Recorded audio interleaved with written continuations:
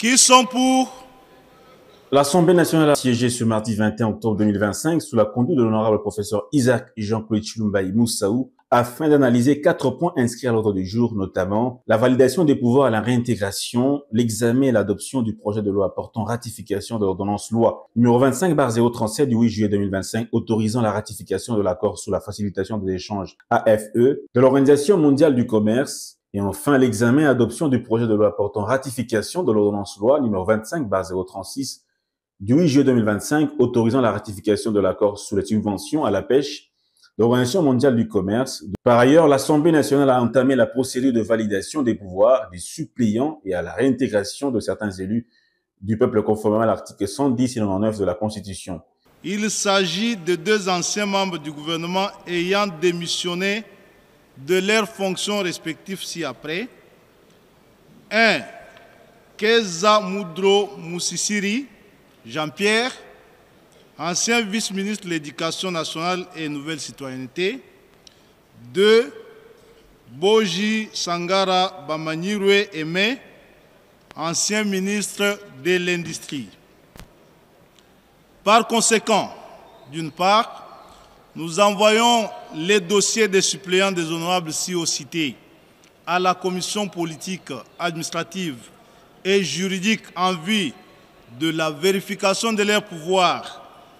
D'autre part, nous invitons l'Assemblée plénière à acter la réintégration des pleins droits des honorables députés concernés. Lorsqu'un député national ou un sénateur est nommé à une fonction politique incompatible avec l'exercice de son mandat parlementaire, celui-ci est suspendu.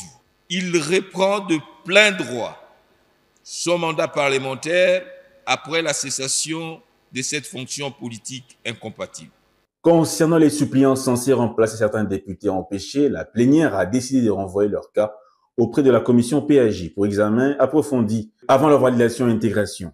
À propos des 2 projets de loi déposés par le gouvernement et défendus par le ministre de la Formation professionnelle Marc Ekila, représentant Julien Paluku, ministre du Commerce extérieur empêché, la plénière a voté en première lecture avant son examen en seconde lecture par le Sénat. Enfin, le bureau a annoncé, conformément aux articles 26 et 27 du règlement intérieur, la publication imminente du calendrier électoral afin de combler les postes vacants du président et de rapporteur adjoint de l'Assemblée nationale. Les groupes parlementaires et les forces politiques qui composent l'Assemblée nationale seront consultés pour assurer un processus apaisé du déroulement de ce scrutin. Le président intérimaire de la Chambre basse a précisé qu'avant la publication du calendrier électoral, il sera question de consultation de groupes parlementaires de l'opposition et de la majorité conformément au règlement intérieur de la Chambre basse. En vue de combler ces 2 absences, nous allons très prochainement, rendre public le calendrier des élections et que nous allons demander à chaque groupe parlementaire de désigner un membre qui sera communiqué à votre bureau. Nous allons amorcer des consultations avec la majorité et l'opposition bénéficiaires respectifs de ces 2 postes au bureau de l'Assemblée.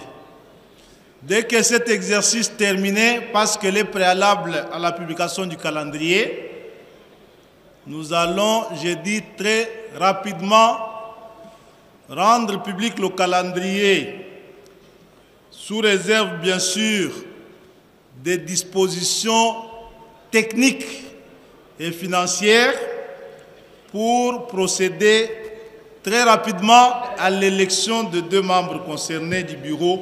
Il faudra noter que le président intérimaire de la Chambre basse du Parlement a fixé l'opinion sur les manifestations des agents et cadres de l'administration de l'Assemblée nationale. À ce sujet, le bureau a décidé de convoquer une réunion avec quelques membres du gouvernement, dont le vice-premier ministre et ministre de l'Intérieur, le vice-premier ministre et ministre de la Fonction publique, le vice-premier ministre et ministre du Budget et le ministre des Finances, afin de trancher définitivement cette question. Dans le même ordre d'idée, la plénière a suggéré qu'une commission spéciale soit constituée afin de participer à la solution en cours.